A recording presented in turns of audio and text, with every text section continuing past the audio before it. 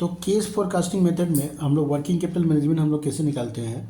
तो इसमें क्या होता है कि हम लोग फ्यूचर में जितना केस रिसीप्ट होने वाला है उसका हम लोग टोटल कर लेते हैं, और जितना केस पेमेंट होगा उसका हम लोग टोटल कर लेंगे।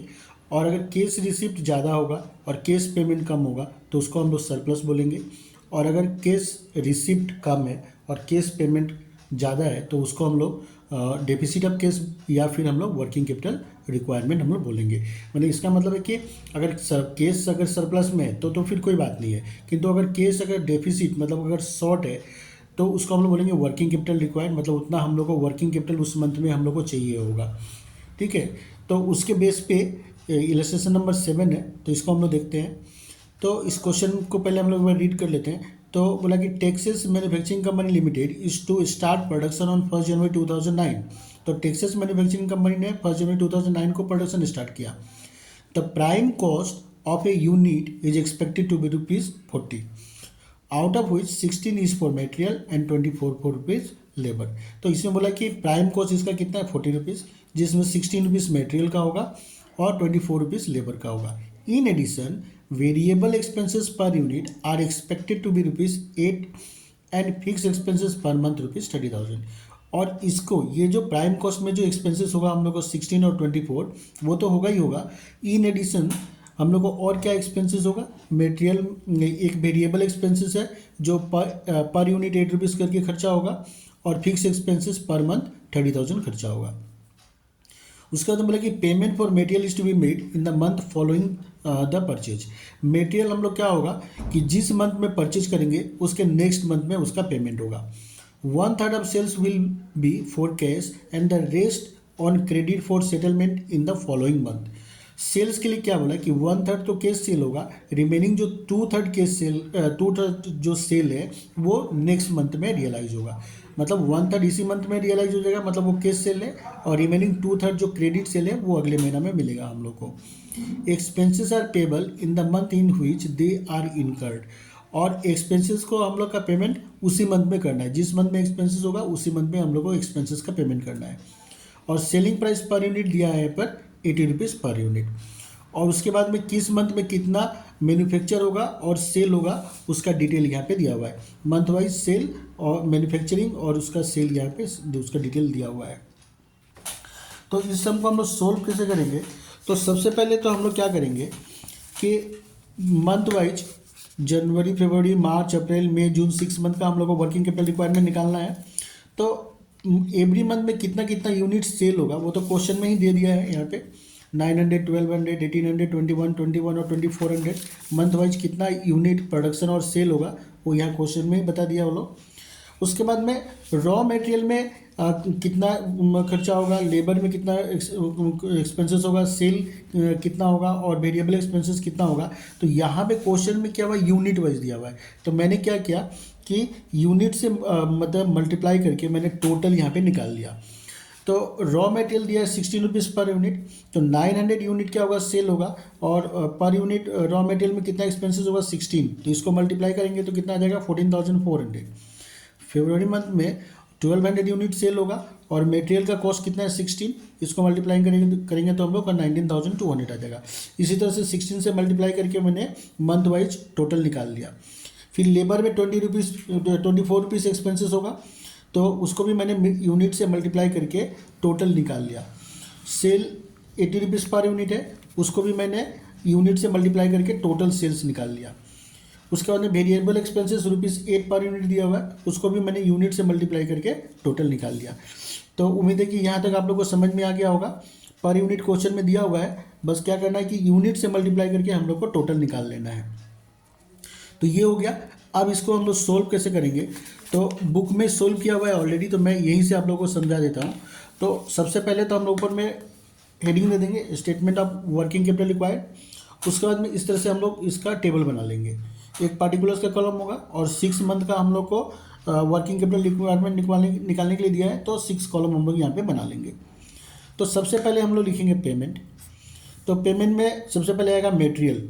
तो मटेरियल के लिए क्या ये लोग बोला कि जिस मंथ में परचेज होगा उसके अगले महीना में उसका पेमेंट होगा। तो जनवरी में हम लोग ने क्या हुआ कि 14,400 का मटेरियल परचेज किया था, तो इसका पेमेंट कब होगा? फरवरी महीना में। तो हम लोग ने क्या हुआ, फरवरी में लिख दिया।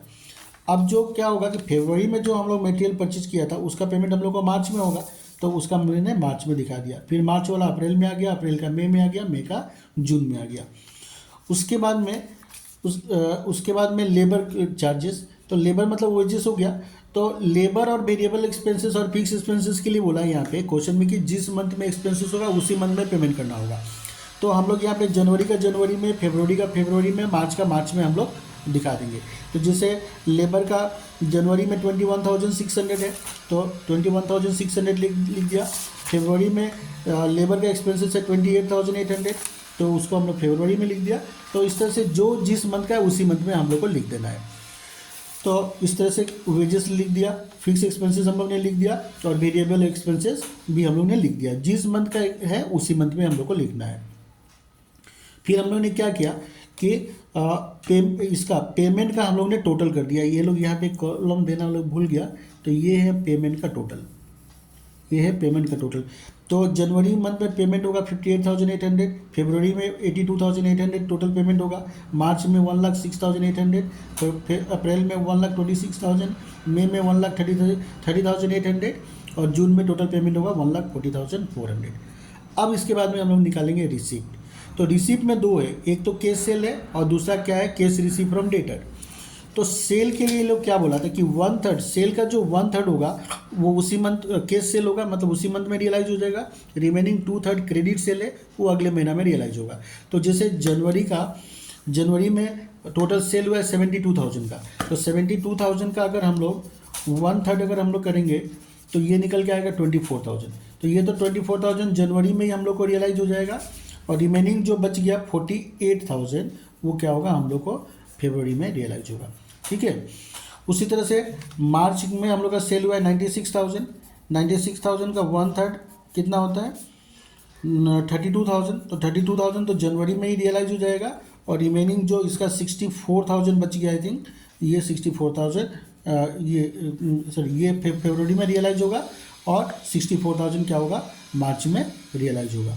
तो इसी तरह से क्या करना है कि सेल का जितना भी 1/3 सबका 1/3 कर लेना है। 1/3 तो उसी महीना में रियलाइज हो जाएगा, तो उस 1/3 निकाल के हम लोग उसी महीना में लिख देंगे, और जो 2/3 है वो क्या होगा, अगले महीना में रियलाइज होगा। तो जनवरी का जो 2/3 है 48,000 होता है, ये वो क्या होगा, फरवरी में लिखेंगे हम लोग। मार्च का जो 2/3 है वो हम लोग अप्रैल में लिखेंगे। तो यहाँ पे अब आप लोग देख सकते हैं कि जनवरी का 2/3 मैंने फरवरी में लिखा है, फरवरी का 2/3 मार्च में, मार्च का 2/3 अप्रैल में लिया, अप्रैल का 2/3 मई में लिया, और मई का 2/3 जून में लिया। तो रिसिप्ट और तो कोई है नहीं, बस यही रिसिप्ट है, तो इसका भी हम लोग टोटल कर लेंगे। तो जनवरी का टोटल आया 24,000, फरवरी का टोटल आया 80, मार्च का 1,12,000, अप्रैल का 1,52,000, मई का 1,68,000 और जून का 1,76,000। तो इस तरह से क्या हुआ कि पेमेंट का भी टोटल आ गया और रिसिप्ट का भी टोटल आ गया। अब हम लोग क्या करेंगे कि इसको हम लोग एक एक महीना करके हम लोग बैलेंस करेंगे हम लोग। तो जनवरी का महीना में हम लोग का पेमेंट करना होगा 58,800, पर कैश रिसीप्ट होगा 24,000। तो इसका मतलब है कि जनवरी में हम लोग को 34,800 का और वर्किंग कैपिटल का ज़रूरत पड़ेगा। फरवरी में 82,800 हम लोग का टोटल पेमेंट करना होगा, और रिसिप्ट होगा 80,000। तो इसमें भी क्या है कि पेमेंट ज़्यादा हो रहा है, रिसिप्ट कम है, तो इसका मतलब है हम लोग को 2,800 का वर्किंग कैपिटल का जरूरत पड़ेगा। अब मार्च में आप लोग देखिए कि मार्च में क्या है कि पेमेंट है 1,06,800 और रिसिप्ट है 1,12,000। तो यहाँ पे क्या है कि रिसिप्ट ज़्यादा है, पेमेंट कम है, तो यहाँ पे हम लोग बोलेंगे surplus of cash, surplus of cash. तो मार्च में 5,200 सरप्लस ऑफ कैश है। उसी तरह से अप्रैल में भी पेमेंट देख लीजिए आप लोग, पेमेंट कम है, रिसिप्ट ज़्यादा है, तो सरप्लस ऑफ कैश है 26,000। मई में भी सेम, रिसिप्ट ज़्यादा है, पेमेंट कम है, तो यहाँ भी सरप्लस ऑफ कैश होगा 37,200 का, और जून में भी 35,600 का हम लोग का सरप्लस ऑफ कैश होगा। तो इसका मतलब है कि हम लोग को जनवरी और फरवरी में हम लोग का कैश शॉर्ट होगा, मतलब यहाँ पे हम लोग को इतना 34,800 और 2,800 वर्किंग कैपिटल की जरूरत पड़ेगा। और यहाँ पे तो हम लोग का क्या है कि जितना हम लोग को वर्किंग कैपिटल चाहिए उससे ज़्यादा हम लोग के पास में कैश है, तो इसको हम लोग बोलेंगे सरप्लस ऑफ कैश। इसके बाद में हम लोग को क्यूमुलेटिव वर्किंग कैपिटल निकालना है हम लोग को। और इसको हम लोग सरप्लस ऑफ वर्किंग कैपिटल भी बोलेंगे हम लोग। तो जनवरी में तो 34,800 लिखेंगे हम लोग। फरवरी में क्या होगा कि दोनों प्लस करके 34,800 और 2,800 37,600 आ गया। मार्च में क्या होगा कि मार्च में अभी यहाँ पे तो केस का 37,600 टोटल शॉर्टेज है केस का। अभी मार्च में क्या हुआ कि 5,200 सरप्लस ऑफ केस है, तो इसमें से इसको हम लोग 37,600 से ये माइनस करके ये 32,400 आ जाएगा। फिर नेक्स्ट अप्रैल में 26,000 सरप्लस ऑफ केस है, तो इसको हम लोग 32,400 से हम लोग माइनस करेंगे, तो ये आ जाएगा 6,400 सरप्लस ऑफ वर्किंग कैपिटल। और फिर क्या होगा, यहाँ पे 37,200 है सरप्लस ऑफ केस और 6,400 सरप्लस ऑफ केस पहले से था, तो टोटल सरप्लस ऑफ केस हो गया 30,800। और फिर यहाँ पे जून में अगेन सरप्लस ऑफ केस है और पहले से ही 30,800 सरप्लस ऑफ केस है, तो टोटल सरप्लस वर्किंग कैपिटल हम लोग के पास 66,400 हो गया। मतलब अगर शॉर्ट है तो हम लोग बोलेंगे शॉर्टेज ऑफ वर्किंग कैपिटल, और अगर ज़्यादा है तो हम लोग उसको हम लोग बोलेंगे सरप्लस ऑफ वर्किंग कैपिटल।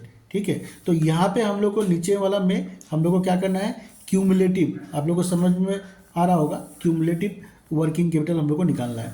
मतलब यहाँ पे 34,800, फिर यहाँ पे भी 2,800 शॉर्ट है, तो दोनों प्लस करके लिख दिया।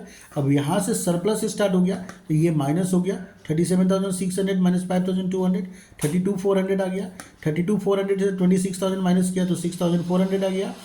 अब यहाँ पे तो 6,400 सरप्लस ऑफ केस है ना, सरप्लस ऑफ वर्किंग कैपिटल है, और यहाँ भी सरप्लस है, तो ये दोनों क्या होगा, प्लस होगा, प्लस होकर ये आ जाएगा।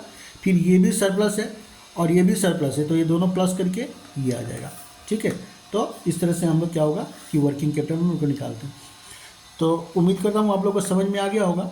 तो आप लोग इसको एक बार ज़रूर से बना के प्रैक्टिस कर लेना, और समझ में ना आए तो वीडियो और एक दो बार देख लेना। ठीक है, ये question exam point of view से बहुत ही इंपॉर्टेंट है, तो ज़रूर से आप लोग देख के जाना। ठीक है, ठीक है, तो बाय बाय और all the best for exam.